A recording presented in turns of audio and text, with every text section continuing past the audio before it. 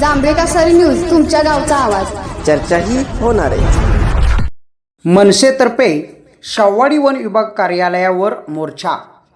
नागरिक व जनावरांवर वन्य प्राण्यांचे होणारे हल्ले आणि शेतीचे नुकसान या पार्श्वभूमीवर मनसेतर्फे शाहूवाडी वन परिक्षेत्र कार्यालयावर मोर्चा काढण्यात आला.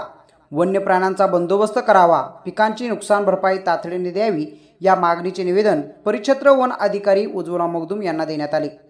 जंगली प्राण्यांकडून पिकांचे नुकसान होत आहे, मानव आणि जनावरांवर हल्ले होत आहेत, मात्र संबंधित बाधित लोकांची वन प्रशासनाकडून दखल घेतली जात नाही.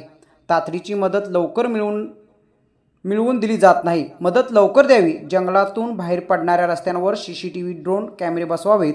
तारेचे संरक्षण कुंपण व्हावे अशा मागण्या यावेळी करण्यात आल्या.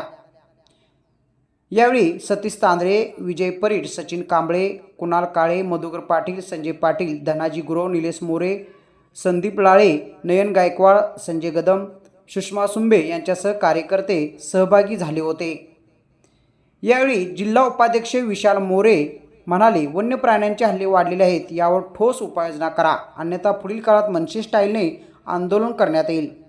जांभेकासरी न्यूजसाठी शाहूवाडीहून राम करले.